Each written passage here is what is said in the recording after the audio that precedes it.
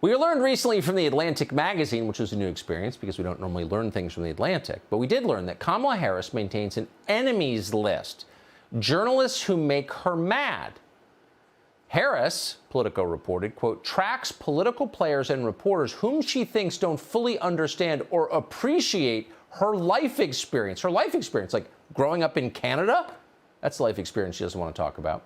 But nothing makes her angrier than when people question her lived experience, which is a euphemism for her unsupported opinions. Visiting the southern border with Mexico back in June, one NBC reporter found that out the hard way. Do you have any plans to visit the border? At some point, you know, we are going to the border. We've been to the border. So this whole thing about the border, we've been to the border. We've been to the border. You haven't been to the border. And I haven't been to Europe. And I mean, I don't understand the point that you're making.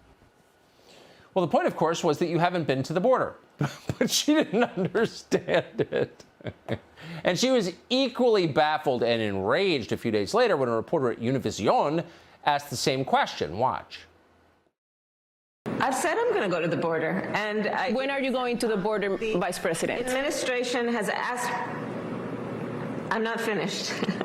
I've said I'm going to the border. Imagine waking up next to that. I'm not finished. Miranda Devine is a columnist with the New York Post, and we're happy to have her with us tonight. So, Miranda, I got to think, so this is not someone who was pulled off the street to answer questions from NBC and Univision, both of which are slavishly loyal to the Biden administration. This is the Vice President of the United States who's got a whole PR team around her. What do you make of responses like that? Hi, Tucker. Well, I mean, she's obviously been prepped to within an inch of her life. She's had extensive media training on this particular question because the minute that Joe Biden gave her that poison chalice of being the administration's border czar, that was the question. And when she took 3 months to get to the border, obviously she was going to be asked it.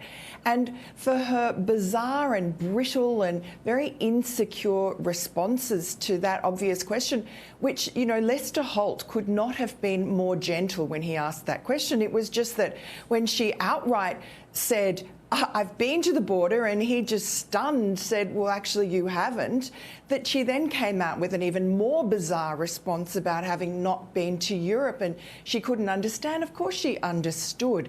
And the problem with Kamala Harris is that she's come up in California, where the media is just unquestioningly showering her with praise. She expects the media to do that.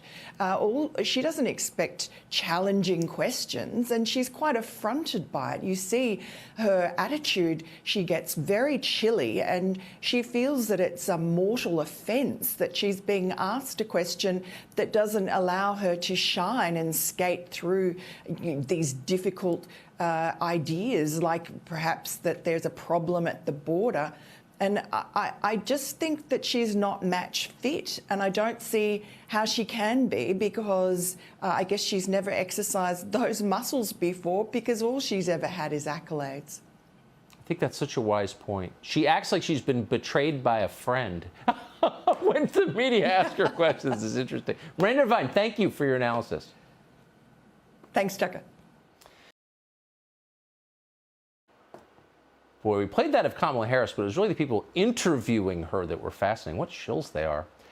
But what do we make of this as a physiological and psychological matter? Why the cackling? Jesse Waters is one of America's noted experts on cackling. He's the author of How I Saved the World, and we're happy to have him on tonight. Jesse, good to see you. What do you make of this? Well, as someone who made his career doing man-on-the-street interviews, Tucker, I feel like I'm uniquely qualified to recognize when someone's uncomfortable in public. And you're right, this is a sign of discomfort. When she's presented with a topic or a question where she's unsure or uncomfortable, she resorts to cackling. In our industry, we refer to this as a defense mechanism. Layman's terms, perhaps this would be a glitch in the system, a tick or a tell in poker, and she does it for several reasons. One, to soothe her anxiety. Two, to buy her time if she's unsure, she can use that time to formulate a response. Three, to kind of guide the vibe of the interview from a serious to a less serious one. And then finally, it's kind of a lame attempt to form a bond with the person asking her a tough question, and you saw this fail miserably with Lester Holt, who just sat there stone-faced as she laughed in his face about real issues with the border. And I have been studying when she does this. She cackles when she's asked a question about her relationship with President Obama. She cackles when she's asked about her ideology. She's cackled also when she's asked about her management ability, i.e. the border. And she also laughs uncontrollably in an audience setting where she's not on prompter and she's failing to connect with that audience. So those are the results of my behavioral psychological analysis. And thank you for giving me this opportunity, because I feel like this is one of my rare talents. I think your analysis is spot on, perfect. So just to bottom line it, if you were playing poker with her and she started cackling, you'd double down. She's bluffing. You picked it up.